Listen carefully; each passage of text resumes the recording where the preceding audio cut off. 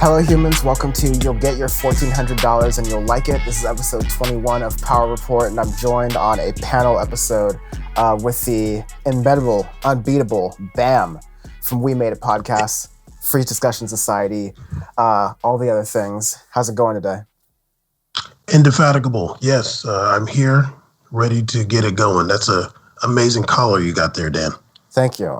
Don't be scaring me with the monosyllabic words, the multisyllabic words there, man. No, this is going to be kind of a show where we're going to go through some of the news that's happened recently because we have at least enough to talk about to justify the episode. But what at least is happening as we're talking right now is that the Senate has just passed the COVID stimulus bill. It is about $1.9 trillion, at least at the time we're talking. It still has to go to the House for those revisions to be approved and looked over, and then it'll go to Biden's desk to sign, and then the implementations will take their individual amounts of time to sort of permeate through society. Before I get some of your thoughts on the process, and before we go into some of the thoughts on the process, I'll talk really quickly about some of the highlights of what the bill does and does not have, at least in this narration. So it does include $300 unemployment insurance through September, which is a really good thing. It's going to help people who are still looking for work be able to at least sustain themselves. That's $300 a week through September. That was set to expire in the middle of March. There's going to be $350 billion of state and local aid going out. A lot of these state governments, even though there's a lot of Republicans out there saying that tax revenues actually went up during 2020 COVID-19, anyone doing like one level of accounting can tell you that just because the amount of money coming in is a higher number than usual doesn't mean that your expenses aren't also higher than usual. Why might your expenses be higher? Maybe there's like a pandemic or something. I wouldn't know. And so these states are dealing with a lot of issues funding basic things in the midst of this pandemic, and they need help from the federal government. So this bill will do that. There's a child tax deduction for child care and extra expenses up to $3,600, I believe, per child. So there's a lot of really good things in here. I think before I get like super pessimistic, I guess, Bam, you want to jump in and talk about at least some of the positive reactions you have from this bill, at least passing in this iteration? Yeah, I mean, honestly, I'm generally pessimistic about anything like federal, but I'll just say like what the plan intends to do, some of the good things that it intends. I saw that it said something about $130 billion for schools. What the thing that I really liked that I saw was $49 billion for COVID-19 testing and research, as well as $14 billion for vaccine distribution. I think that's like really important right now. Yeah.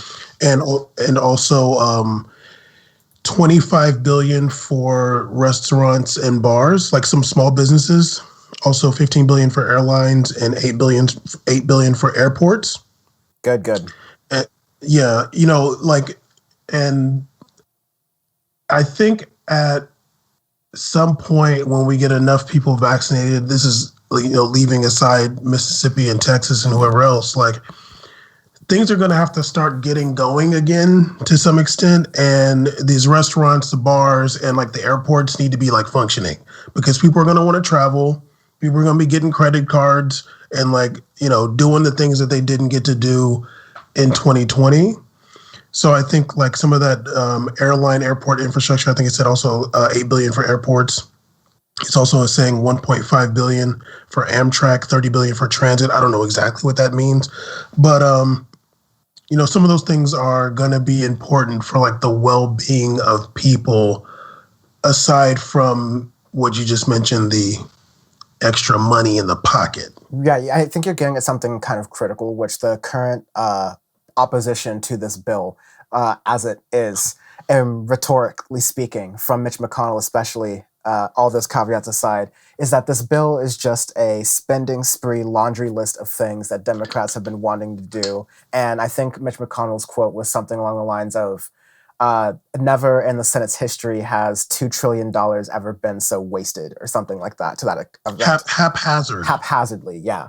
And to obviously, of course, there's just going to be a difference in opinion in the way that Democrats and Republicans view the role of government and the way that it's just sort of economic fact that government spending, when pointed in the right directions, can help to stimulate the economy. That a dollar spent by the government gets multiplied multiple times over throughout the economy because it goes to a worker who then spends that dollar on a service or a good, and then that proliferates throughout the economy. It does good as opposed to giving tax breaks to wealthy people, where those tax breaks just go to that one person.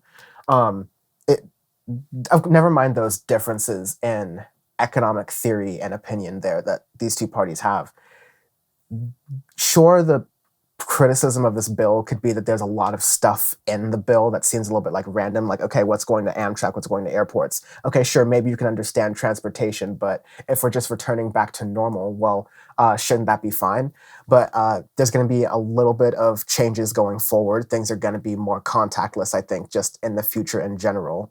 Things will be delivered to people in the future more broadly, and or in the now future, because we are now the new normal slowly as people are getting vaccinated. And more importantly, the economy isn't just going to start on its own. People aren't just gonna, like, there. You need, in any context, whether it's from the private sector or from the public sector, some starting capital, some money to get going, some tools or whatever to get going. And so, good on the Democrats for using this like rare opportunity in the spending bill, honestly, because of the budget reconciliation process that makes it impossible to get things past obstructionist Republicans. They're using this opportunity to at least get some federal funds towards places that have desperately needed it. I mean, the Postal Service, I think, is getting some funding out of this relief bill, or has gotten some funding from some previous bills, and they're going to get these new electric trucks or gas powered trucks. They could be either configuration. And the USPS vans that we know have been in existence for like 40 years. They're constantly on fire. Like they don't have air conditioning. Like they're just breaking down. And so it's good that not only does the Postal Service need this, but we're actually putting the money in to make these investments that will help in the future, so we don't need to spend more money fixing up these crappy vans. So that's sort of the counterpoint to this idea that this is just a bloated spending bill, I'd say. Yeah, I mean, there was something that I've been thinking about too, and I guess that this, I mean, it has to do with this, but not from a governmental standpoint. Speaking, going back to what you're saying about like kind of restarting the economy, I think that, there always is, but I think there needs to be, and hopefully there's going to be more pressure on big corporations to pay employees more. I think I saw something about Costco recently. They raised their minimum wage to like their starting wage to $16 an hour. I saw something also about them ending hazard pay. So I don't know exactly what's up with that, but I guess that's a good thing that they're raising it. I think it was 15 and now it's going to be 16. I think that the only thing that can really stimulate the economy is more money in the average person's pocket. So not even saying like they all have to go $15 minimum wage. I'm not even saying that, but like there's got to be pressure from the people, and hopefully there can be more pressure from the governments to be like, hey, like you Targets, Walmarts, you big companies, McDonald's, all these other fast food people, like the only way we're going to get things, we missed a whole year, kind of.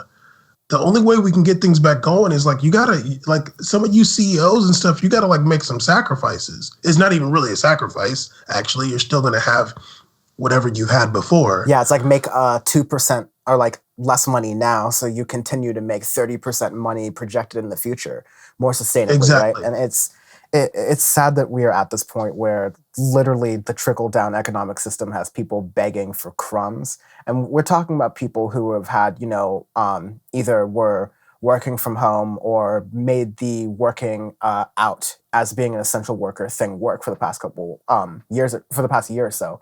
Never mind people who have been substantially economically impacted through this. They've lost their savings accounts. They're way more in debt. They've potentially have become more insecure with their housing or their transportation.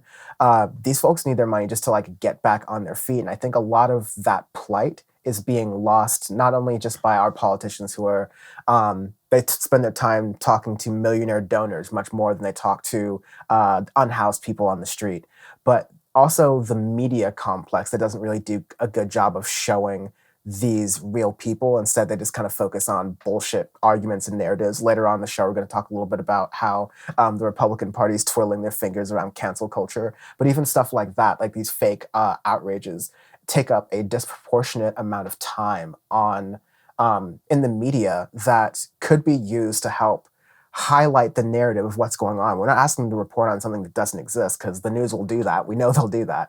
We're asking them to report on stuff that will like actually make some tangible difference in people's lives by highlighting just the real struggles that people are going through. I actually agree with your point that money needs to go in people's pockets, just everyday people's pockets, because they'll spend that money. They're more likely to put that money back into the economy once they are able to get themselves out of, at least they get themselves a little bit out of the pit that 2020 put them in.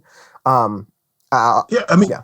and even people like, I mean, we're talking about American people here. Like, there's going to be a lot of people, they got more money in their pocket. They're going to look at their bills and be like, nah, I want a 12 pack. Like, and all that stuff, you know, makes the economy go more and more. Like, however you look at it and however you want to say some people may or may not be responsible with that money, like, that doesn't matter.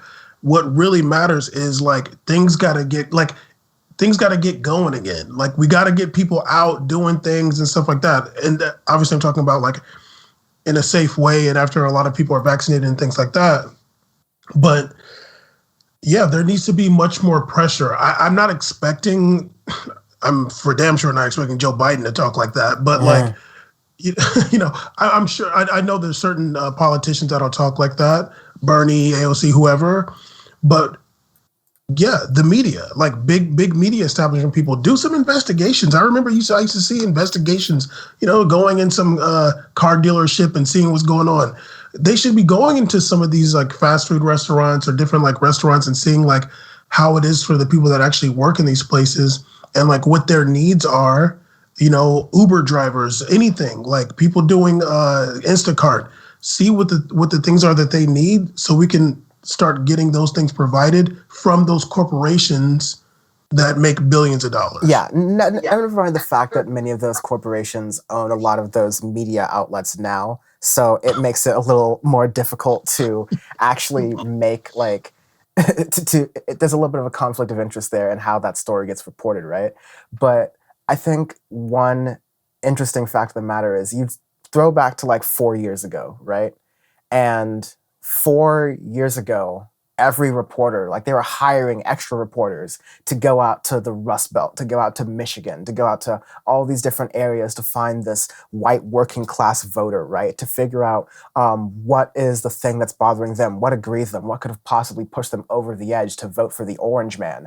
And like they were turning over every single stone, going to places that New Yorkers had never heard of before, right? Going like, they have places that sell pancakes all night, it's all day in the middle of the country. It's just fascinating. And these people want to vote for Trump. Like, what I'm trying to say is the media spends so long on this trying to figure out this narrative of the white working class voter who surprised everyone by voting for Donald Trump, who like surprised no one outside of the media apparatus that had been built to say that Hillary Clinton was a shoo-in. Where are those resources now that white people, but also a lot of people of color are struggling in the working class? They just delivered Biden a victory. And those stories are not getting reported. Those stories are not being told. Everyone has kind of just like taken a breather and gone back to their cushy sort of livings and their coastal like media bubbles, as opposed to thinking, oh wait, there's still a country that's in disarray here. It's like they actually believe that the thing that the leftists were worried about, the thing that maybe I was worried about a little bit in November, that you just push a button and all of a sudden we fixed all the problems, we can go back to brunch now. It's like the media has definitely taken that sort of like seat with things.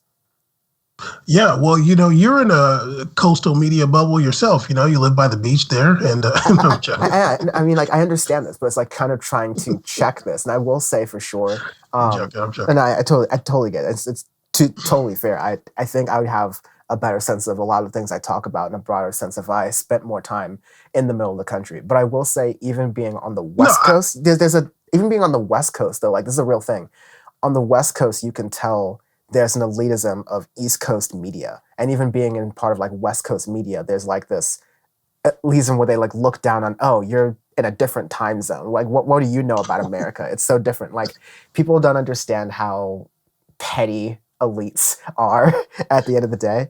But I'm even pettier. So let's go into some of the things that the stimulus bill doesn't have, right? So ooh, I think it's kind of important to mention that the Democrats were, I mean, actually, let me start kind of light here. So the stimulus bill that is slowly making its way towards Joe Biden, at least at the time we're recording right now, didn't include student debt forgiveness. Now, I am honestly not that surprised because when the idea of student debt forgiveness was being touted in November after Joe Biden had won, I was like, hey, where did this come out from? Like, I didn't think that Biden was really all that into debt forgiveness, being a senator from Delaware and having a lot of creditors as his big donors.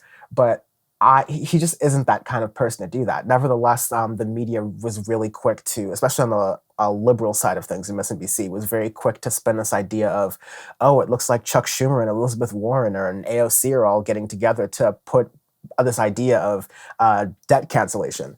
And while it's totally true that the federal government has the ability to cancel federally held student debt, literally with the stroke of the pen, it's an executive branch thing. You don't need to go through Congress to do it. Joe Biden has still balked at the idea of he's very uncomfortable to even say that he would write off $10,000 of student debt, which means that's the thing he'll say to fill the room, but ultimately he'll negotiate down to much less. We've seen that before with the checks. But he's even saying that, oh, would you cancel $50,000 of student debt? Keeping in mind the average person has around $30,000 of federally held student debt. And Biden said, no, I don't think I'm allowed to cancel that much, even though that's a patent lie. It's literally, there's no requirements as to limits as to how much debt can be canceled. It's just, is the debt held by the government? Can it be canceled? Yes or no? But again, this is not something that Joe Biden was explicitly talking about doing, so I'm not that upset. The $2,000 checks that I referenced earlier, I'm still gonna like put that in the hill and like die on that, because that was a thing that was very easy for Democrats to, no pun intended, take to the bank, but it was something they campaigned on in Georgia, saying we need as much power in the Senate as we can because that implies you're going to use it, and one way you're going to use it is getting $2,000 checks. The rhetoric was specifically $600 is not enough. It's going to be $2,000 checks. Democrats win, they immediately pull back and say it was going to be $1,400 all along. See, $1,400 plus $1,600, you rubes, you idiots. And I'm not kidding. There are people on Twitter who are actually barking back this talking point that it was always going to be 1,400 and that the left just wants Trump to be president again. It's completely exhausting, but it is an example of the type of capital L liberalism that we're going to have to be fighting over the next 4 years, where Democrats can't even keep promises that they made to themselves a week earlier, even though there's no Trump to talk about. But no, Orange Man's the liar. We talked about the $300 unemployment insurance, which is important and that's good. But what wasn't told about that was that it was originally going to be $400 going through August. There's going to be a negotiation that was taking place early on in the day that had it as, okay, we'll cut it down to $300, which will be less unemployment insurance per week, but we'll run it through an extra month, which seemed like, okay, these are compromises, they suck in government, but at least you're getting some benefit out of that. Then in the final bill, it turns out they kept the unemployment insurance at $300 and still kept it back at a month. So it expires in September, but it was going to be $400 and they still took it down to $300 for no reason. Mind you, during this entire thing, it's already been decided that Democrats are not going to rely on Republican votes for this. The Republicans, all of them, even the moderate ones, have decided they're not going to vote for this much pandemic relief or barely any of it. They'd rather talk about potato head or whatever. And so the Democrats are negotiating with themselves and like messing their price down, like lowering their own price in their own negotiation. They're just the worst negotiators ever. And unfortunately, the American people are the ones to suffer.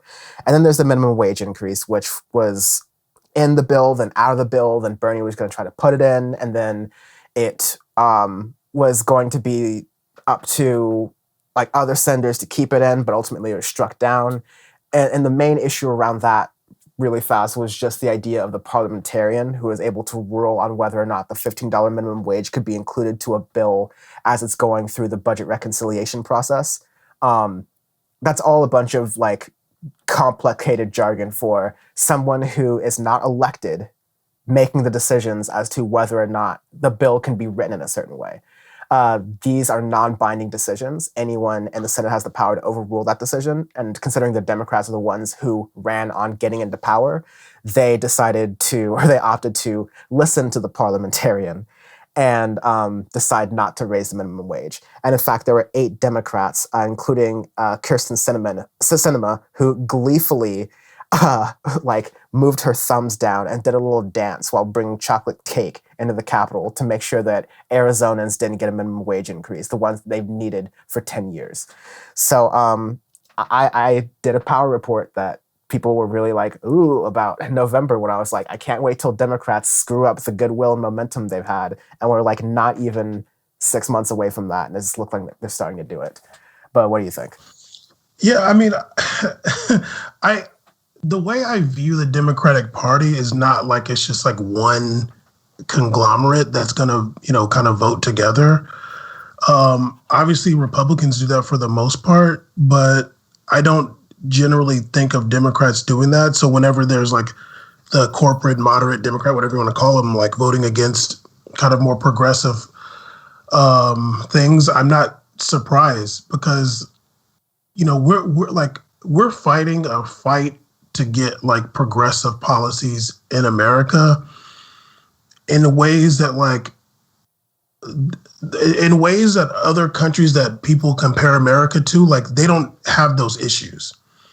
And I'm not like, it's a whole like historical thing that I'm not going to get into all that, but like, I'm never surprised. Like I'm shocked if anything progressive happens in this country because we got so much work to do. And I'm not thinking that somebody with a D next to their name is going to be, really fighting for those fights. There are some that want to do it, but it's really individuals. And they don't have that much power, actually. Those politicians are answering to very powerful forces. And at this point, it's not the people. If I could interrupt you for a moment here, I generally No, you cannot. No, we'll look at that. We'll look at that. It generally, you're right. Like I'm not relying or expecting these Democrats to do anything. It's partially why I said so confidently that I can't wait for Democrats to disappoint me, because I know that there are corporate Democrats, that's the majority of the party, and they will disappoint during times like this. But for some reason, when a Democrat, especially one like Kirsten Sinema, who runs in a state like Arizona that is purple at the time she was running, is now starting to remain purple, but is leaning blue, highlighting her identity as a bisexual woman and an LGBTQ plus politician, riding the coattails of that sort of, again, capital L liberalism, even saying as recently as like 2015 or 2016 that she was in favor of the fight for 15, like to raise the minimum wage, saying the minimum wage needed to be increased. And there are a lot of people who get into politics and they are inspired to get into politics for different things. And in their first term, their like first opportunity to get there, or early on in their opportunities to get there, when the opportunity arises to do what they wanted to do, what they said that they told other people they would do to get into office, usually they do that. Because it's like, it's a big momentous thing. I ran this big campaign. I changed the way my entire life works so that I could pass this bill to help out people in my community. And politicians shoot out all these different things when they're running, of course. But Kirsten Sinema, among a lot of other things, also mentioned minimum wage and raising the minimum wage. And so there's a bunch of ancillary arguments that I don't want to get into because it's too technical about like, is it possible, or the angle that, oh, she believes in raising the minimum wage, but she just doesn't want to do it in this way, or she just doesn't believe that this is the right manner to do it, as though that's completely ignoring the fact that you have an obstructionist Congress and Senate, and so you don't have many opportunities to do anything. So when an opportunity comes in front of you, you either say yes or no. And when you say no, and getting back to your point, I'm not surprised when when they say no. Doesn't really surprise me per se, but I guess what I'm at a loss for is that should come with some sort of action, not just a cute little like radio ad that's like, we saw Kirsten Sinema voted no on this thing. That's going to be played on some radio stations that no one hears. Meanwhile, she coasts to re-election next time she's up, right? Where, like, people who are going to be running for office against her next time should be in her district right now doing rallies, doing speeches, at least online going, she is saying she's representing you. She may have like a pride flag in her office, but if you are LGBTQ and you're working minimum wage, she wants you to continue to struggle making that minimum wage instead of making a little bit more to a more living wage so you could have a more comfortable life regardless of your background or whatever. So yeah, go on. Yeah, so and on that part, there may be somebody doing that, and I hope there is, because this person, like, yes, she is like, I would never think that her politics represent my politics. Just off top, just because she's there, I'm like, I'm gonna think you sold out. But if she like she did that, now who's gonna be the person that's gonna like push her out from the left? Because yeah, like I'm if somebody's trying to be like, well, she doesn't want to do it, like I don't want to hear that. If there's going to be some interview with her, like I probably wouldn't pay attention to it. I'll just let you tell me about it. Like I'm not really too concerned, but I'm not.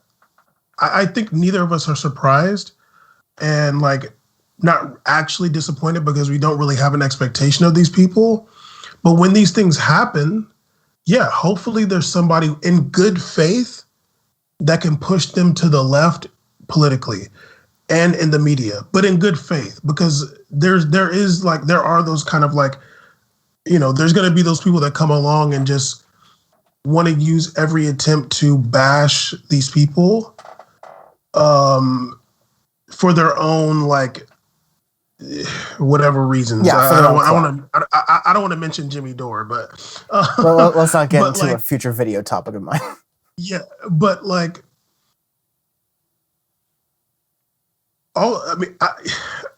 it's kind of unprecedented times. We're still in the pandemic. I can't claim to know like all the ins and outs when it comes to these bills, when it comes to like that money. I can't claim to know every single detail. So on some level, I'll say like, I don't know like what's good times and what's bad times. If she's doing that because she doesn't feel like it's the right time, hopefully she comes out and speaks about why. And hopefully she's pressed about an answer of like, why did you vote against $15 minimum wage? All the Republicans that voted against the COVID package, they all have their answer. It's too much money, and we think that people should die. All the Democrats that voted for, like, what's your reason? Because they're gonna have to give like an actual reason, and hopefully they're pressed for those answers. But we have a fight to get progressive policies in this country, and we're fighting against all of them because of the nature of this nation. I mean, and I'm gonna end it after this. Like in Canada's right there, and they have universal health care. They're like, somebody, you got to investigate those reasons. Like, why? Like, what did they never have racism? I mean, yeah, they didn't really have like slavery there, but like, what's the reason they got it? Did they have some like super socialist person that gave them universal health care? Absolutely not. It was like some centrist person. But how come they have these policies and we don't? Like, there's a deep investigation there, and like all of those people are guilty, and the fight is against all of them, except for Rashida Tlaib. She's innocent. But before we wrap up, just in the stimulus bill stuff, I want to get to, I think, the near-term consequences of the way Democrats are lackadaisically performing politics, because, like, yeah, we've kind of got like the lay of the land down. Republicans are going to cross their arms, fold their arms, and do nothing. Democrats are going to pretend they're doing things, but it's going to ultimately be self-serving, be performative. Ultimately, they're barely better than what Republicans are offering. And at every opportunity they can, they are trying to clamp down on the populist side of the Democratic Party, which seems to be more in tune with what the public opinion is on any given issue. But this means that over the next 2 years, especially after using their budget reconciliation process for this year on the COVID bill, which means every bill going forward for the rest of the year has to cross a 60 vote threshold. That means you're going to need to bring Republicans over who are probably not going to come over. This means the Democrats are going to once again have to make a case they were making in November of 2020 and in January of 2021 that they are the party you can trust to govern. That being said, when you're then messing with people's COVID relief money and doing all these like secret bait and switches that people in good faith and bad faith are able to catch and point at in the media, it's going to make things more difficult for things like H.R. 1, which is a sweeping voting rights bill that is making its way through the House. It was originally proposed around, it was proposed in the last Congress, so like in 2017, but no, sorry, I believe 2019, H.R. 1. This is like a voting rights amendment. This would make sure that it would basically be a broad voter reform hitting on the fact that voting infrastructure has been crippled throughout the country, in some ways through neglect and in other ways through intentional means of voter suppression. It's a lot of different parties have been doing it, although it's largely been to the Republican Party's benefit and credit for it all happening. And this bill would restore some of those protections that came from the original Voting Rights Act in the 1960s, which put extra conditions on states that had traditionally done voter suppression in the South to make sure that before they made any major voting changes or did redistricting or anything like that, that it was done in an equitable way that didn't basically weaken the votes of people of color or minorities or people who weren't convenient for your party's political platform. The point is, this bill, H.R. 1, is being called the Democrats' last stand by a lot of places. And it's true, because if these reforms aren't passed and put into place, these would include independent redistricting commissions. So you wouldn't have Texas with its like 200 different precincts that are like all drawn perfectly. So like 197 of them are red. Like you have to get rid of those. You have to make secretaries of state and all these different red states more accountable to make sure they are being transparent with how votes are being cast and counted. We had a very close call in 2020 and even a little bit in 2016 with questions about voter irregularities and hacking in small amounts in all these different places, and a widespread attempt by one side of the political spectrum to claim the election as illegitimate. We came really close to some really disastrous, like, country-ending things there. And so this bill is kind of like an insurance policy on 2022 and 2024, and quite frankly, just not just for the Democratic Party, for the country more broadly.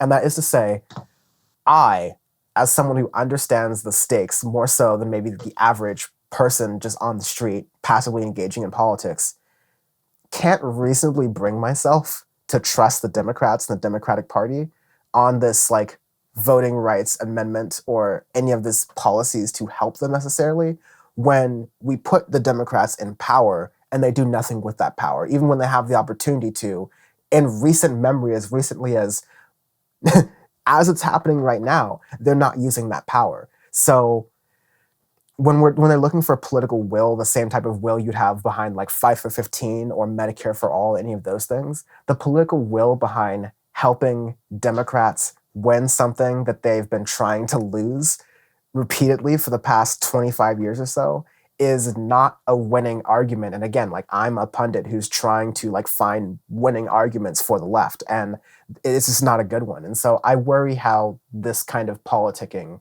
will affect the Democrats' ability to get popular policy passed or even get popular support for those policies. So I guess what are your thoughts on that? Well, I mean,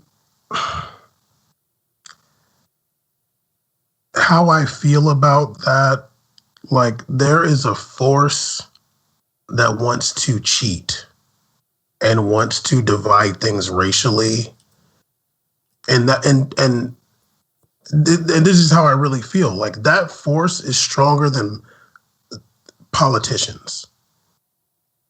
Like that force is like on the ground.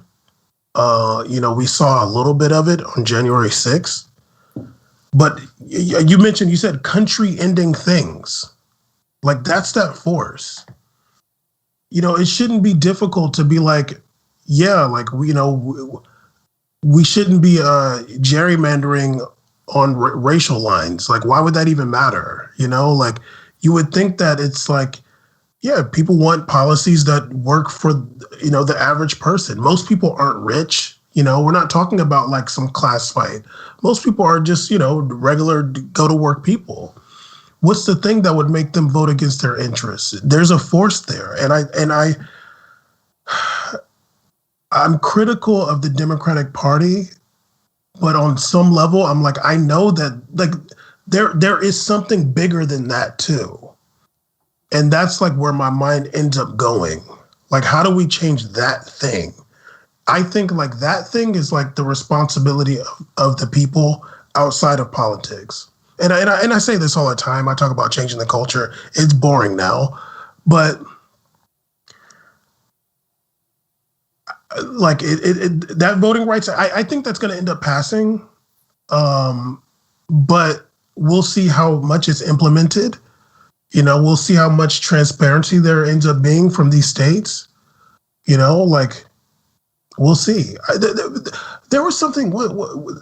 I'm sure but was there something about policing that was passed recently Yeah, too? I was gonna say, or they're trying to pass it. So similarly, the George Floyd like policing bill, which is an amazing thing that we do that, was a thing that was passed by the House. It's an iteration of another bill, like many of these other ones, or iterations of bills from the 2018, like 2019 congressional session when Democrats had the House, but Republicans had the Senate. So Democrats were just basically making these bills that were just like, these are things we know we can pass in our chambers that are our best ideas of what we can do forward in the future when we have power. But ultimately, that's going to be shot down by Republicans who have no interest in it. I think both these things are going to be shot down because, like I said, budget reconciliation, where you don't need the 60-vote threshold, was used for the COVID bill. You can only do that once per fiscal year, which means Joe Biden gets 2 more of those. And the next one he gets is going to be in 2022. So every vote from here on out in the Senate is going to require a 60-vote majority to pass. That means it's going to require several Republicans. So that means we're going to need Republican senators to vote on voting rights that will help Democrats. We're going to need Republican senators to vote on police reforms that were touted by Black Lives Matter. It's not going to happen. And when it comes time to build political will for these things, and when the Democrats are like, look at what the Republicans are doing, I'm going to say, no, yeah, I see what the Republicans are doing, but the Democrats are doing barely any better. So the last thing I'll say, like to your point, it's ultimately some of these things will have to be like how the culture is changed, but I'm just looking at how the politicians are behaving also. Yeah, I mean, and there is going to be a lot of that, like, but it's a shame, like,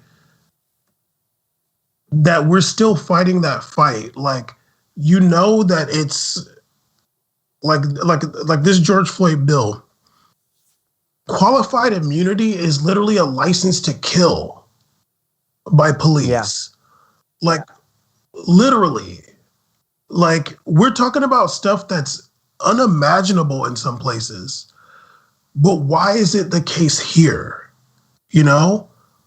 Whenever all those factories shut down in the Midwest and all these corporations moved their manufacturing overseas, Mexico, China, wherever. Oh, like this disgruntled white voter, whatever I forgot how you called it. That whoever they sent all those reporters to go find, like, why would you? All those dudes became police officers. Yeah. and they got, I don't want to say they got one thing in mind, but there's one thing they want to get a pass to do, and they got it. It's going to take a lot of time. It's going to take so much effort. And I think not necessarily the difference between you and I. It's what keeps the conversation going. So it's a good thing. Like I'm, and maybe it's probably because you spend a much more time like having to really do this stuff. Is that like I almost never think politicians are going to do that work. Like I'm never thinking, even when they say it, even when they say they did it, I don't even believe it. Because it's hard to see material things when you're talking about Congress and stuff like that. It's very rare you see those material changes. But it's going to take a lot from people. Like, how do we get these things to not be the case? Because people are suffering.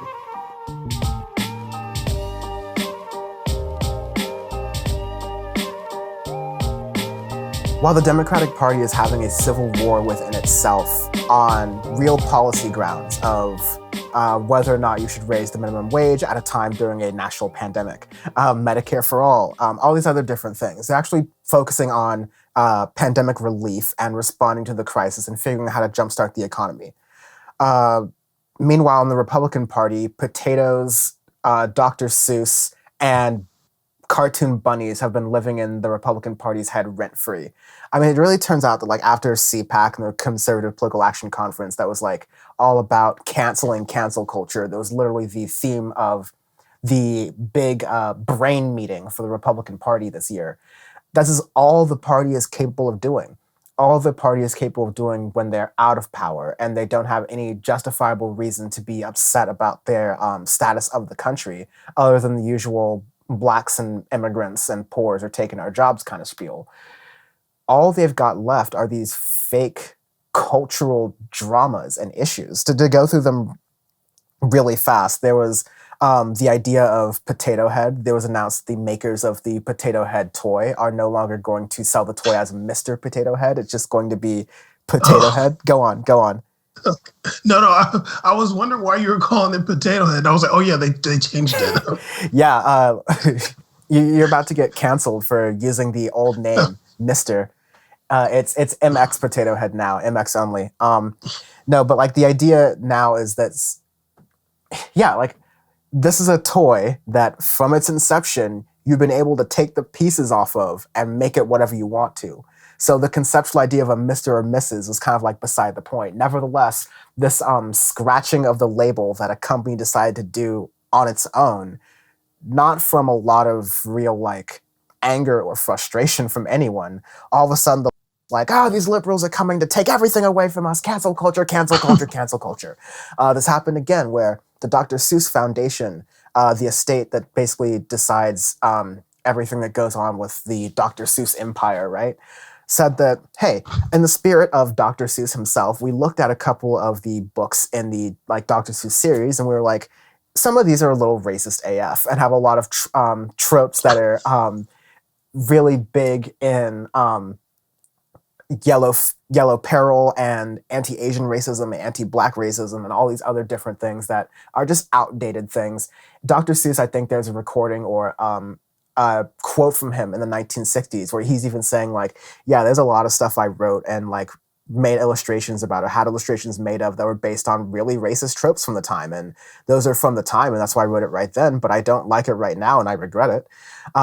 So again, this is a decision that the Dr. Seuss estate is making on behalf of their own company privately as to what they want to do in response to changing social dynamics in the world. There were no really big mobs or arguments beforehand or major campaigns pushed forward by anyone for Dr. Seuss to change their books because, quite frankly, I don't give a shit. But all of a sudden, the right goes, cancel culture, oh no, we can't do anything. We're not allowed to say anything. There's no comedians on college campuses anymore. There's no college campuses anymore. College campuses are evil. They're all full of liberal hippies. Cancel culture, it's the thing. It's evil, it's coming for you. They are banning Dr. Seuss books. How much more do you need to see before all of America wakes up and goes, this is fascism? This is fascism. You don't destroy books. What is wrong with us, America? Go out and buy those books today. Find out if you can get them. Buy Mr. and Mrs. Potato Head, because it's the end of an era. It is the end of freedom in America. And so, like, I've got so many opinions. I've said too many of my opinions on cancel culture already, honestly. So, bam, let's go in on this, please. I mean, cancel culture, like, it's not even real. Correct. Like, it's so funny that it, like, when I kind of started to see it more and more last year, I feel like maybe it generally kind of gets more hyped up around people wanting to get rid of certain statues. And they're like, oh, it's cancel culture. And I'm just like, and then whenever some celebrity says something salacious or they like do something criminal or something, that it's just weird. I'm like, what is this thing? Like, if Louis, like whatever Louis C.K. did, he didn't get canceled. He stepped back because he got outed for doing some really messed up things. It's not like some cancel. Like, I'm always trying to figure out who's been canceled. Like, who has actually been canceled? And honestly, whenever they're talking about these statues and stuff, and I'm probably getting clouded because I was going through the 1776 project last night, and I don't know if I think they mentioned Kenner, or at least they mentioned canceling. For the folks at home, can you explain what the 1776 Commission was? And like what kind of brain smoothing you like put yourself through? Because I think we ought to like actually give you some props for doing this. Oh my God. So I was wanting to see what this, well, okay, there was a 1619 project that came out. I want to say 2019. Yeah, for sure, 2019. It was kind of not I think people kind of grossly know about the 1619 project. It was a thing by the New York Times, basically establishing the roots of American slavery and trying to recontextualize that. And it caused a lot of anger from conservatives because they were like, how dare you imagine America with slavery and America being bad? That's poisoning. The children shouldn't understand that America was bad ever, or the nuances of like good decisions and bad decisions. It's so like the 1776 Commission was like a response to that, right? What you just said is the entire 1776 project. Like, that's what it is. Like, it's literally like, you know, a kind of a very ahistorical retelling of American history to a degree. And not only that, like, just to be clear, like, it was an advisory committee that was established by President Donald Trump at the time in last September to basically go like, why are our schools not being American enough? Or why are we not teaching American enough ideals? And so we had this task force essentially look into this, and they came up with this propagandizing report, basically retelling like a response. Basically, they put government resources to do a response to a New York Times op-ed column. Yes, literally. It is completely ahistorical. It has actual lies in there. And it's really fascist at times. It's like talking about patriotic education. I think the worst thing about it though is that it tells American history without mentioning the indigenous people of this land one time. Jesus. It does not mention Native Americans once. Like, they talk about slavery. They're like, you know, yeah, slavery happened. It was bad, but the founders wrote the Constitution to end slavery. America fought to end slavery. And it's ridiculous because I'm also like, well, if America fought to end slavery, then why are we celebrating these Confederate soldiers then? They don't really, you know, get into all that. But then they do mention like, oh, you know, ripping down statues, but they don't say who. Clever. But the worst thing is that they don't mention that this land was colonized. It's a settler colonial project. It's genocide denial, essentially. What's your kind of describing? 100%. 100%. And when I was reading it, like getting, and I'm taking notes and stuff, and I got to a certain part. I'm like, how? I'm like, they haven't even like mentioned Native Americans yet. Like, what's going on here? And I was like, let me just do a search. And then it's funny. I was like, it's weird. I was like scared to do a search. I'm like, I'm not. There's no way they didn't mention them at all. Like, there's no way. Because I'm like, okay, well, they had to mention them by now. But maybe they're gonna do a whole thing later. And I was like, okay, you know what? Control F. But indigenous, nothing. Native, nothing. Indian, nothing. Like, insane. This is what we're dealing with. These are the people that are talking about cancel culture. People that want to erase swaths of history, want to erase entire people. That's the type of person that wants to talk about cancel culture. If you can't be honest about what's going on in the world, then you're going to be obsessed with cancel culture. I don't even know what canceling somebody is. I don't even know, but they're talking about Dr. Seuss and, Potato Head. I almost said Mr. Non-binary potato. Those companies made those decisions on their own, but that's no different. All corporations have PR teams. All politicians have PR teams. What are they there for? To make sure they don't F up. Like, make sure they don't say something wrong. Archie Bunker used to be on TV saying all kinds of racial slurs. The network made the decision, like, you know what, times are changing. We can't be having them on there saying that stuff. Even when I was a racist, buffoonery, coonery cartoons on TV, when my mom was a kid, those cartoons were on TV. And there's, if anybody wants to look up the Spike Lee movie Bamboozled, at the very end, there's like a whole montage, and you can find just that montage on YouTube, showing like a bunch of these like a bunch of blackface shows, a bunch of like cartoons with blackface and stuff like that. Those things were happening for a long time, and then through pressure from people and also society just kind of being like, yeah, right, those things change. Nobody got canceled. Some is racist and outdated. There's some stuff you can't be getting away with anymore. And even black people not suffer, but black people have to do that too. It's like some comedians and stuff or whoever, celebrities used to say stuff and they're like, let me not be saying that stuff anymore. Also because they don't want the people that used to say stuff about black people saying that stuff either. Also, these people want to say, oh, I can't say anything. All these people that's like talking about cancel culture got the biggest platforms. Right. Like, I don't want to hear Glenn Greenwald. I'm being censored, I say, from my podcast microphone with 2 million viewers. Like, literally, like Glenn Greenwald, Tucker Carlson, all these people. You're at CPAC. And you're talking about, like, you got the invite. Like, you're there. Like, there's a million cameras and microphones. You're not even going to be muffled by your mask. You canceled the lady that y'all canceled the lady that asked y'all to put on masks. Y'all canceled her. Yo, like you said, like if you got 1 million subscribers or in some big multi-million-dollar news show, and you're talking about cancel culture, like, get out of here. You're fugazi.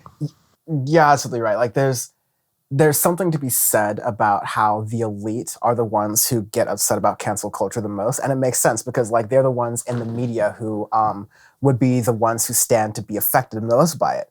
But there's this issue in the media where too often people have blended, regular everyday people have blended their interests with the talking heads and the media's interests, as though like your friends are the people in the boxes on TV, on the panels, and like the well-lit rooms with the clothing that's worth more than like your week's salary, right? Like these people are your allies, apparently, is what we're teaching them through their TV. So all of a sudden, regular people who like work regular working class jobs or white collar, blue collar jobs, whatever, are like, oh my God, I might get canceled for some of the things I said, or can you believe what if this happens to me? Well, what if someone misinterprets the conversation I'm saying, that all of a sudden, boom, I lose my job? Like, these are, we need to deconstruct this. We need to go back from the beginning. Like, what is cancel culture? Where did it even come from? The idea was just pointing at how on Twitter, people, especially Black Twitter, people would joke around and say like, oh, such and such, this thing exists. That's canceled. I'm not doing that anymore. It was the idea of a boycott. Boycotts which have existed for decades.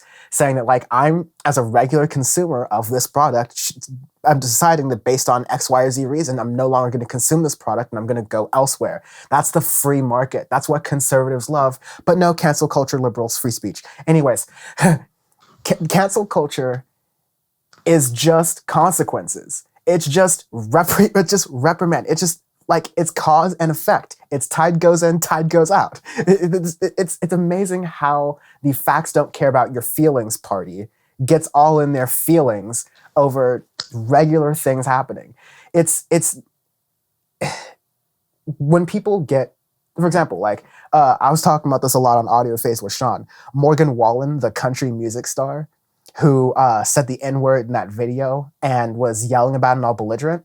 No, yeah, the country music like official academy and all of those kind of groups have to be like, hey, now listen, we officially as country music can't say that that's good. And you know, there are a bunch of black country music artists who are like, yeah, this is country music, this sucks, but this is what it is. And guess what? Morgan Wallen's sales have been skyrocketing. He has had the like one of the best performing country music albums on the Billboard charts ever because he got a bump from the N-word. All right? Cancel culture is real. Watch out for the cancel culture liberals. Now, let's go to another point here, right? There's like how the thing with Dave Chappelle, because you brought up an interesting point earlier with like concerns about what you can say and racial slurs and all those different things. Well, people were pointing out, Dave Chappelle, a lot of the stuff you're saying, the new stuff you're saying is just unnecessarily like transphobic and bigoted and stuff like that. And people were saying, oh, you're trying to cancel Dave Chappelle. You're trying to like get mad at Dave Chappelle. I was like, no, we're just expressing what makes us like upset. And we're talking about like using our behavior to say like, I'm not going to watch Dave Chappelle stuff and I'm going to support Dave Chappelle stuff if he keeps doing this. Meanwhile, Dave Chappelle is having this whole argument with Netflix and Comedy Central over the Chappelle Show, and how Dave Chappelle was upset that Comedy Central and Netflix did this deal to put the Chappelle Show on Comedy Central and have it streaming. Meanwhile, Dave Chappelle still wasn't getting his money. So Dave Chappelle was talking about getting upset, and he canceled Netflix. No, that's not what happened. Netflix made the decision to take the Chappelle Show off of their air. So Dave Chappelle canceled the Chappelle Show. No, again, that's not what happened. Netflix listened to Dave Chappelle's concerns and was like, I'm sorry. Your opinion matters to us. Of course, your opinion matters to us because you're a wealthy celebrity and like you matter for our bottom line, but your opinion matters to us and we're going to treat you like a normal person. So we're going to try to do right by you. And then Netflix did, and the Chappelle Show's on there and Chappelle got paid and amen. And everyone was like, look at that. That's why it's so great. You can see this perfect example of people being treated there. But at no point was it the idea of, oh, Dave Chappelle's trying to cancel Netflix, or Dave Chappelle's butthurt about Comedy Central, or Dave Chappelle's just like relaxed because he's a celebrity and he makes a lot of money and regardless of what happens, he should just get out of his feelings already, right? No one was telling him that. But when he is being all transphobic in his comedy, the people who are calling that out get attacked for some kind of cancel culture thing. It doesn't exist. It just exists so that Republicans can claim victimhood. They talk about how Democrats love to be victims. Yeah, and then celebrities too. People in the media. It's how they can claim victimhood. It's how they can claim that they are the ones who are really upset and have the real aggrieved lives. Because at the end of the day, all Twitter did or does, or all social media does, is it takes back a little bit of the veneer that the elite have some distance from the riffraff. All right? It puts the riffraff very close ahead of them. And a lot of times they don't like what they see because the riffraff don't like the way the world is set up. And if some guy on his break can make a celebrity cry on social media, then you just made that guy's day, let alone he's living in his car, right? Like, it's just... right? Like, these are just the way society is set up, that there's this bubbling resentment of celebrity culture anyways. And so to respond to that, the Republicans have taken defending celebrity culture as like a strong suit, like as a thing they choose to do, not only as like a rhetorical move for cheap fundraising, because all it's doing, it's not policy based, has nothing to do with COVID relief. We've talked about COVID relief very minimally in this entire conversation because they're not.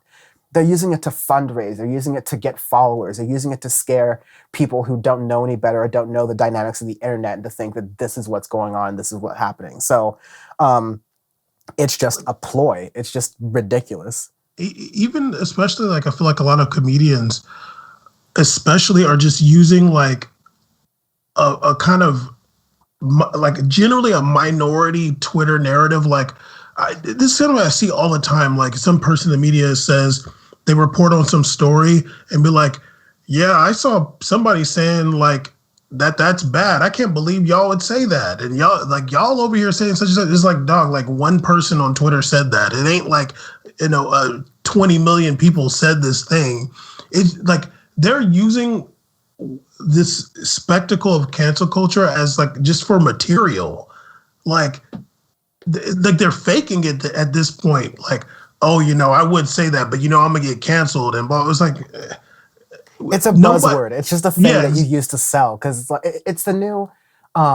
It's like the hidden information thing. Like this is the idea of Joe Rogan's podcast. You watch Joe Rogan because it's the stuff that the experts who don't make it onto TV because they're too controversial get. And so like there's the appeal to being counterculture and counter narrative.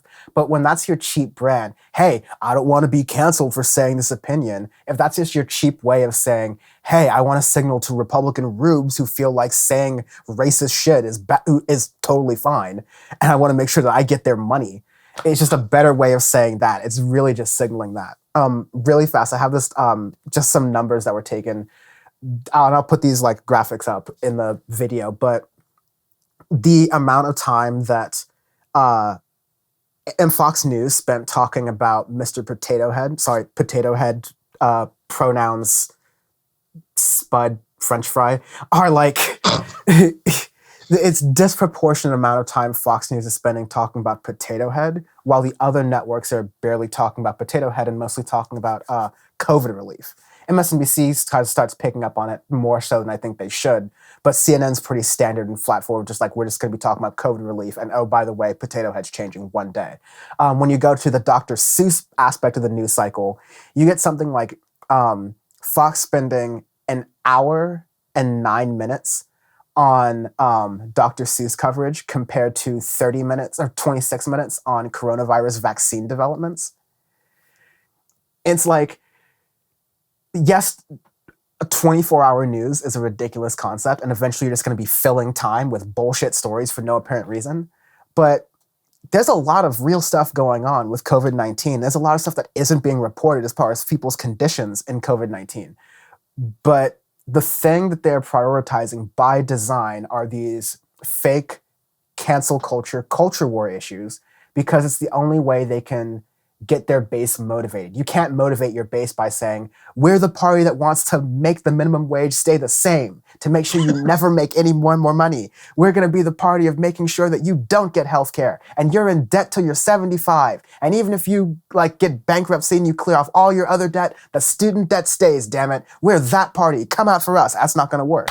But if you say, well, the other party is trying to make it so Space Jam is gay, then of course you're gonna win. Then if wasn't it already?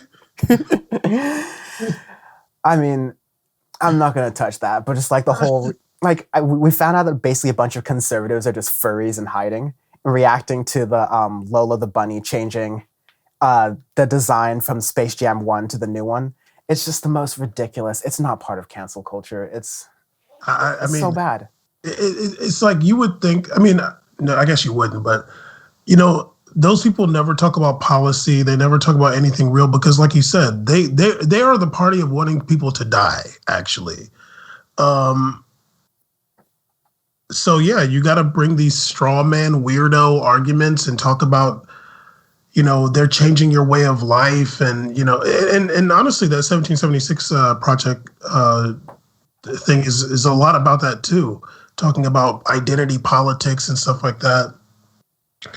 It's ridiculous, and there's something else in the people that fall for that like I was saying before about politics, like there's something deeper in those people that makes them fall for that.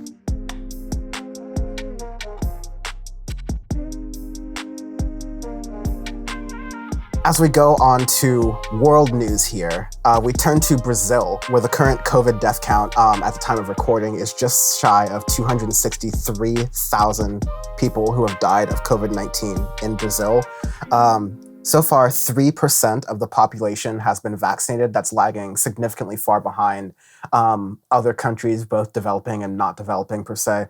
And they're currently at the rate right now where certain outlets are reporting that 70 Brazilians are dying per hour in the country. It's absolutely horrifying. Nevertheless, President Jair Bolsonaro, who is still in power there, it's funny how Americans all of a sudden, now that we don't have a Trump to compare these world leaders to, we're not really paying a lot of attention to world politics. That's not Power Report. We still got eyes on it. But Jair Bolsonaro is going out there telling his people that, look, in the midst of this pandemic that is raging. This is Brazil's second wave, arguably, dealing with COVID-19. More and more people are dying. In many of the Brazilian states, they are at 0% bed capacity in their intensive care units. Jair Bolsonaro has the great mantra of "don't be sissies" to offer to his people, saying that you can survive COVID, it'll be okay, and that any state and local governments that try to initiate lockdowns while Jair Bolsonaro is trying to open up Brazil will see a loss of their state and local government funding. These are just eerie echoes of just rhetoric Donald Trump was even having just last year, saying that states that were fighting measures to reopen from the Trump administration, even though it's way too soon to open, and even though it would be easier to open if that administration were just handling the pandemic better, then the incentives would be aligned. It's all echoing a lot of that sentiment that ultimately, I mean, we know the answer to that. America's death count is 500,000. And per capita, the breakdown between America and Brazil is different, of course. But we know that this method of behavior in a country, this response from a government, is only going to lead to needless death. So yeah, it's a damn shame to see what's going on in Brazil right now. No, it's really crazy. I mean, Jair Bolsonaro is a nightmare. He's like, I mean, I can't say he's like one of the worst ever, or even in this hemisphere, but it's a shame to see someone, especially coming after Dilma and Lula, just really not care about the Brazilian people at all. And it's really overwhelmed. I think you mentioned also, like, you know, it's overwhelmed certain cities' healthcare systems. Brazil also has like a level of universal healthcare, and one of the countries that does really well when it comes to vaccine rollouts, they did really well when it came to the H1N1 vaccines that they pushed out. And I was trying really hard to find the numbers, but you know, they vaccinated like a large part of the population in a very short amount of time. Brazil being a country with a very large population. And polio, they did really well with that too in the past. But yeah, it was crazy to hear like companies were going to Brazil to run trials for their vaccines, and Bolsonaro did nothing to purchase them. Like literally just let them leave and go sell the vaccines other places. Like you should be charged with murder. Just recently, like now they're just buying, they gonna buy 100 million doses from Pfizer and apparently 38 million from Johnson & Johnson. But it's like too late. You know, there's no reason that there should be this late. I can't even think of any other reason except for he wants people to suffer. And I don't think that's crazy. There are a lot of politicians that their idea is to let the population suffer and funnel money into big business people and corporations. You know, just they kind of have this watch the world burn mentality. Trump was the same way, and Trump has no excuse at all. When we heard last February 2021, him talking about how bad COVID was. So what you wanted people to suffer and die. In Jair Bolsonaro, he had COVID. Obviously, yeah, he survived, but he knows that people are dying and he just doesn't care. It's really a shame. I mean, I can't imagine him getting reelected. I don't know when the elections are. I feel like they get 5 years. The next election is in, I think, September of October in 2022. Okay. I really, really hope that Brazil is a new democracy. I think they became a democracy in like 93 or 88. I can't remember. I want to say 93. It's a new democracy and it's imperfect in a lot of ways. But, those people deserve better. And, that wave, that Trump wave, that Bolsonaro wave, there's a few other people around the world and some other parties and things like that. I hope that people that believed in that to some extent will see the folly in it. Hopefully they can wake up from whatever they were thinking that these people were and see like, damn, like, they were kind of perpetuating this, like, I don't give a damn attitude. And they really meant that. Because people are dying at alarming rates. I think Brazil 2-3 days in a row having their record highest deaths. We were having that here in America too. Like every day, it's like even more and more people dying from COVID. And we did not have to be suffering like that. We really didn't.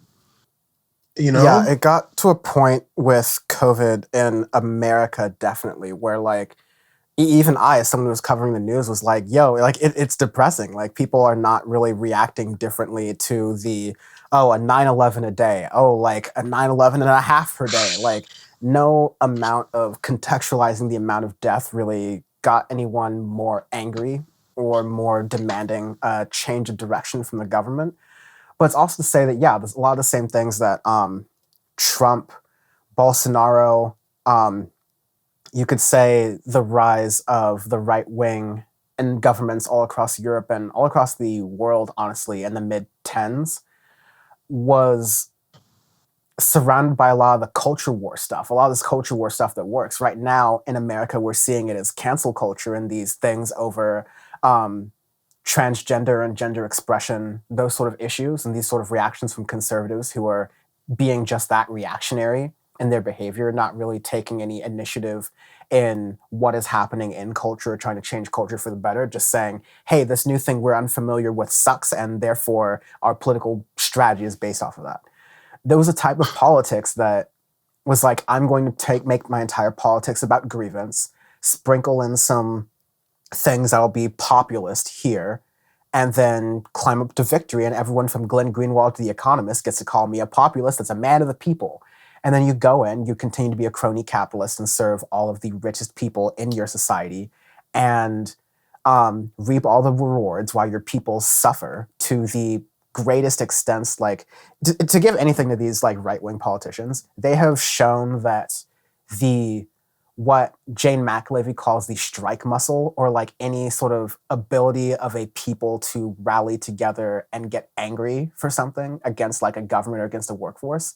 These right-wing politicians have shown that that people on a whole have a lot of patience and will tolerate a lot when they are being thoroughly beaten down by the system. It's like, it's a true blueprint for 21st century oppression that I'm afraid to see in the future when it's potentially used in a more militaristic context.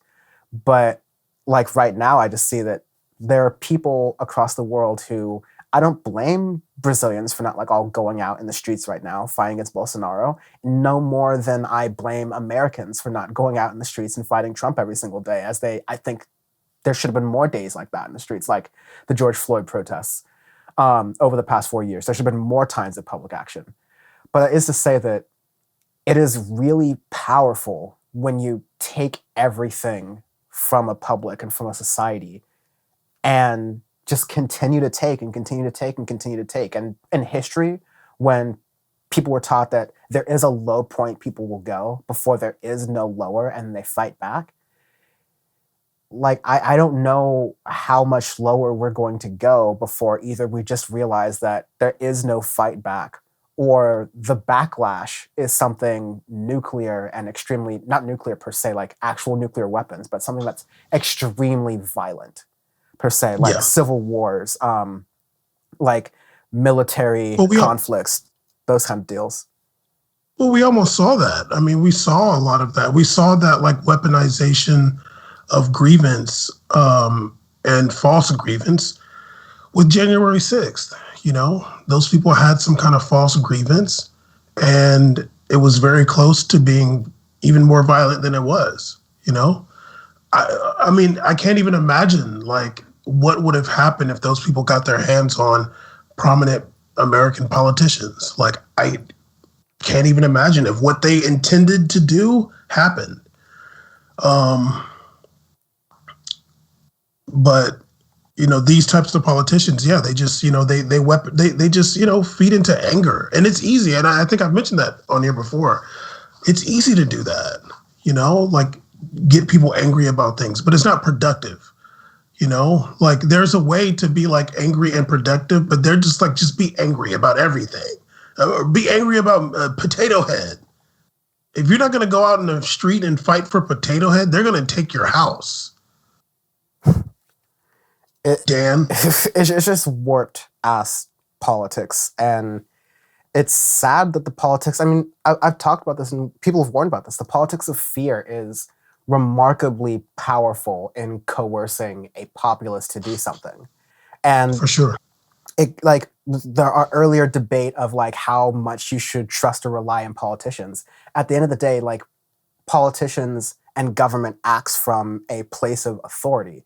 And so when they say something, whether it's true or not, all of a sudden the story then becomes, how do you counteract that authority? Or how do you purify the waters now that they've been muddied by that authority?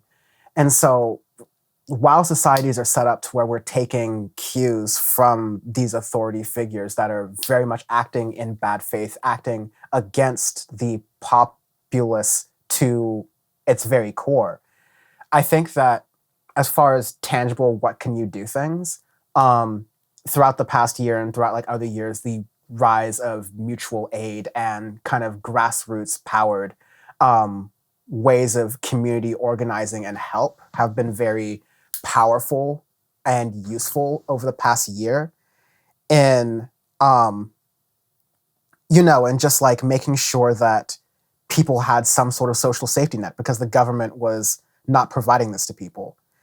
And it seems like that is sort of the best bet for what people can kind of look to right now.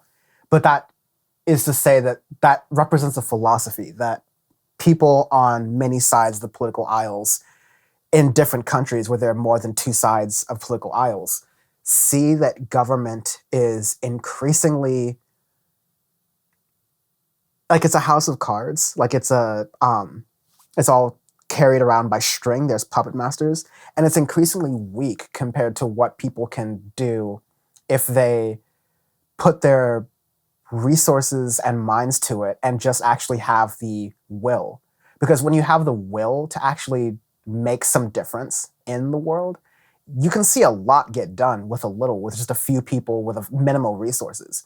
Meanwhile, you see governments with all the resources in the world, and because they very clearly don't have that will, they spend more of their willpower trying to convince people that they do have the willpower they're very clearly not demonstrating. Because they don't have that will, people die, and people's lives get measurably worse. Or they're just corrupt. Like, they're lying about that will, and they are just making their own lives better and their families' lives better. They're not looking at they're not looking at their positions as public service, And this is why I often tell friends of mine that I know are like decent people, I encourage them to run for office because I'm like, you're not corruptible, like hopefully, but You're not someone that's like so hungry for money and power and influence that, you know, somebody can just kind of offer you a little bit of thing and you'll just sell everybody out. But there's a lot of those people that, those super duper overachievers that just want all that spotlight. They get into those positions of power and they know how to lie. They know how to, you know, pretend, and they are corrupt. They are corruptible, and then they are corrupted. And when Dan runs for office, climbs up that ladder, becomes governor, you know, things will get a lot better. He'll cancel Californians' student debt. Again, me being in any high power of office should be a warning to a lot of major power structures in the world. But I think it's important that, like, as always, it's never like a this or that thing. It's a you do all of the above as much as you can, right? And I like to answer that, like, I don't see myself, like, I like my position where I get to point out and look at politicians who are supposed to like follow these ladders and say, yeah, this is clearly not what they're doing. So I can teach people and inspire other people who are starting from different places to get into politics in that way and be kind of like engaged in that way. Because me, I'm too brain poisoned for this, man. I'm honestly about it. I'm just too brain poisoned for this. I can't do it. I know as much as you wish, like, oh, I'm the exact kind of person to run for. No, I'm not the kind of person to run for office. I'm the kind of person to be the fire under the ass of people who run for office, and to support the people who are actually freedom fighters out there. Well, really, I just wanted you to get there so I can bring up the stuff you said on Audio Face, actually. And speaking, there's also a lot of stuff that's said on the We Made It podcast as well. I think a lot of those things are good. I think many of those things are good. I think a lot of those things in some of the earlier episodes might also be questionable. But, you know, we just, you know, we continue. Regardless, you can listen to all of these episodes wherever you listen to podcasts or wemadeit.podcast.com, right? Yes, you can go to wemadeit.podcast.com. We're everywhere, and you can follow us or whatever, and you can hit up Free Discussion Society. You can follow that on Instagram. And also, next Free Discussion Society actually is, hold on, let me find it. What is the topic? It is We've got a topic getting pulled here. up. Free Discussion Society is Free Discussion Society, March 25th, 6 p.m. Pacific via Zoom. The topic is, how would a universal healthcare system change America?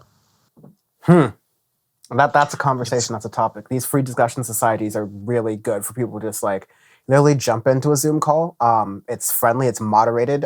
You can have whether you are very informed in politics or you're not. You shouldn't have to be informed in politics, quote unquote, to be able to speak on it. And there are a lot of people who speak on politics who are misinformed, who still feel entitled to do so. So you should go ahead and do it anyways. But yeah, free discussion societies are great experiences. And I encourage people to check that out at freediscussionsociety.com. And also check out We Made It podcast, and also check out Audio Face Pod. We're going to be going ham with Audio Face Pod next couple months as we get closer to our 200th episode. I know We Made It podcast is going to get to 200 a little bit earlier. I'm aware of that. But it's all about the journey. It's not about the numbers. It's all about the journey. But no, we got a bunch of bonus episodes on Caro Benito, on Daft Punk, on the state of music. These are all really good episodes that Sean and I have got coming out for you. So make sure you keep it locked to that. Check out my stream, Thank Dan, it's Friday. I'm taking a quick break from it, so I won't be doing them in March, but we'll be returning on Fridays to SourceStream at twitch.tv/SourceStream. And of course, there's Power Report right here, which you are checking out. And of course, we appreciate you sharing the podcast so people have an idea of this little cool thing we're building together. And make sure to keep it tuned in 2 weeks when I come back with another episode. Should be good. Thank you, Bam, for joining me again. Take care. Thank you for having me. You don't have to say thank you because I'm actually part of the show. It's on my Twitter bio. Well, it's just, thank you for spending your time as you're required with me here. Take care. There we go. All right.